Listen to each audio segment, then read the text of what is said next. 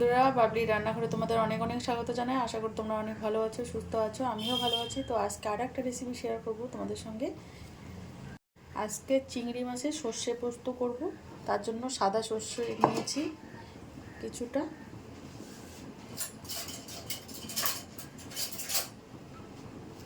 আর এখানে একটু পোস্ত দিয়ে দিচ্ছি।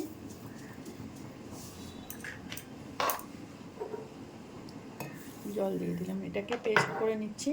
আর এখানে আমি আদা, রসুন আর কাঁচা লঙ্কা বেটে নিয়েছি, একটু মিক্সিতে কুড়িয়ে নিয়েছি।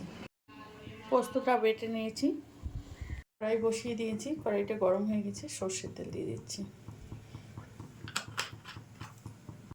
তেলটা গরম হয়ে গেছে, চিংড়ি মাছগুলো দিয়ে দিচ্ছি।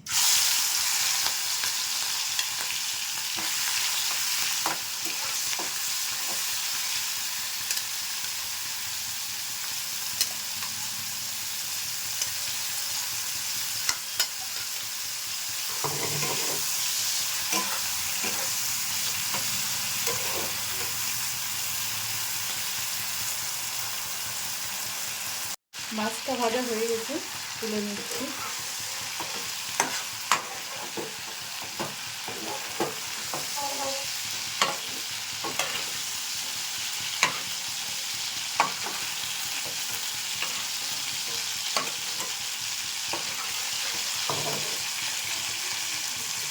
এই তেলে আমি গোটা মশলাটা দিয়ে দেবো।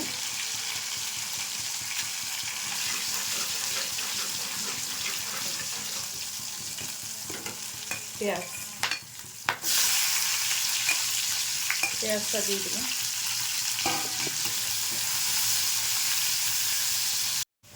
পেঁয়াজটা ভাজা হয়ে গেছে,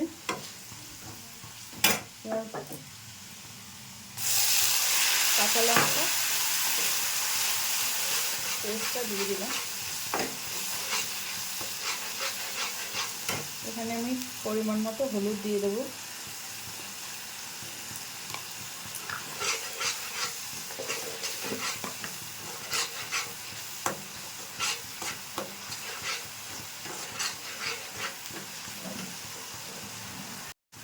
এখানে একটু জিরে গুঁড়ো আর ধনে গুঁড়ো দিয়ে দিচ্ছি। রেড চিলি পাউডার পরিমাণ মতো। একটু কষিয়ে নেব মশলাটাকে। মশলাটা কষানো হয়ে গেছে, এবার পোস্তটা আর সর্ষেটা যে বেটে রেখেছি সেটা দিয়ে দিচ্ছি।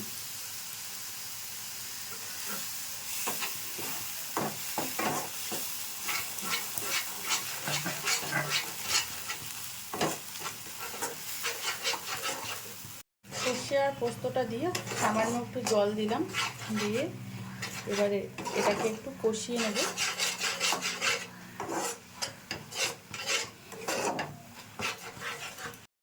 মশলাটা ভালোভাবে কষানো হয়ে গেছে, এবার পরিমাণ মতো জল দিয়ে দেবো।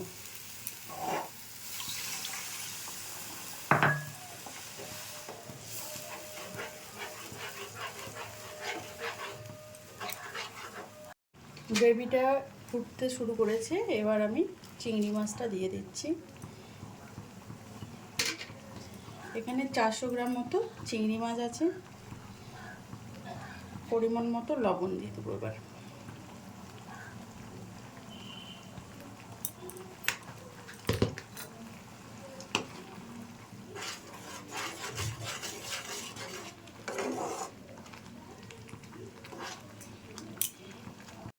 বন্ধুরা, চিংড়ি সর্ষে পোস্তটা কিন্তু রেডি হয়ে গেছে। একটু ধনেপাতা কুচি দিয়ে দিচ্ছি।